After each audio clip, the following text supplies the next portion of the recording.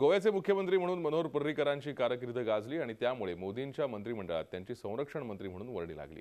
एक प्रामाणिक आणि स्वच्छ चेहरा मिळाल्याच्या त्यावेळी प्रतिक्रिया उमटल्या। मात्र पद स्वीकारल्यानंतर पर्रीकर कोणत्या ना कोणत्या वादात अडकत राहिले आणि त्यामुळेच पर्रीकर पुन्हा गोव्यात जाणार असल्याची चर्चा रंगली आहे। पाहूयात हा रिपोर्ट।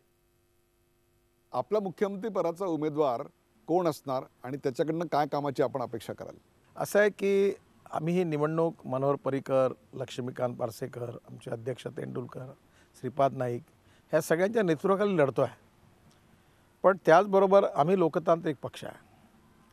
आम्ही निवडणूक झाल्यानंतर जे निवडून आलेले आमदार आहेत ते आपल्या नेत्याची निवड करतील आणि हा नेता गोव्या आमदारांमधून निवडून येईल किंवा पार्टी किंवा पार्लमेंटरी बोर्डला वाटलं तर तो दिल्लीतून येईल।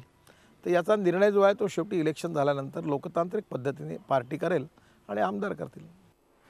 झी 24 तासला दिलेल्या विशेष मुलाखतीमध्ये केंद्रीय मंत्री नितीन गडकरी यांचं गोव्याच्या मुख्यमंत्री पदाबाबतचं हे सूचक विधान।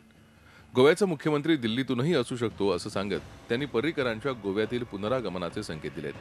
गोव्याचे मुख्यमंत्री म्हणून पर्रीकरांची गाजलेली कारकीर्द हे यामागील प्रमुख कारण असलं तरी संरक्षण मंत्री म्हणून ते कोणत्या ना कोणत्या वादात राहिलेत।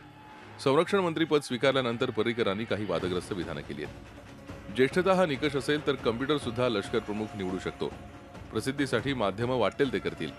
राष्ट्रीय स्वयंसेवक संघाच्या शिकवणुकीमुळे सर्जिकल स्ट्राईक शक्य झालं।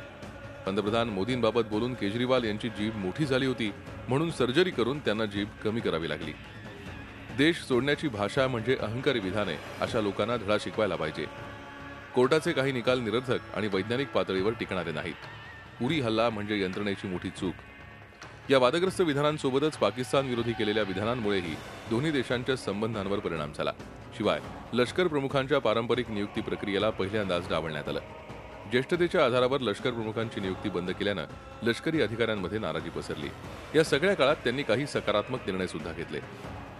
फ्रान्ससोबत राफेल विमान खरेदी व्यवहार, अमेरिकेबरोबरचा लष्करी सामुग्री करार, संरक्षण क्षेत्रात FDI खरेदी आणि ब्लॅकलिस्ट करण्याची नवी पद्धत, मेक इन इंडियाला प्राधान्य, स्वदेशी बनावटीचे अग्नि 4 आणि अग्नि 5चे यशस्वी प्रक्षेपण हे संरक्षण मंत्री पर्रीकरांचे गाजलेले निर्णय। संरक्षण मंत्रालयाचा कारभार पाहणारा मंत्री हा अत्यंत गांभीर्यानं बोलणारा असा आजवरचा इतिहास होता। मात्र कामाव्यतिरिक्त कोणत्याही विषयावर बोलणारा संरक्षण मंत्री अशी टीका विरोधकांनी पर्रीकर आणि भाजपवर केली। त्यात दुसरीकडे गोव्यातही राजकीय घडामोडी घडतायत।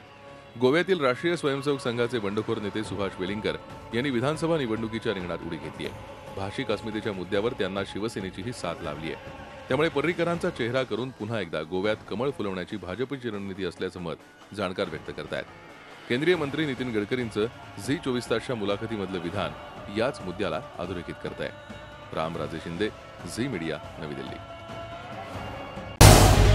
झी 24 तास रहा एक पाऊल पुढे।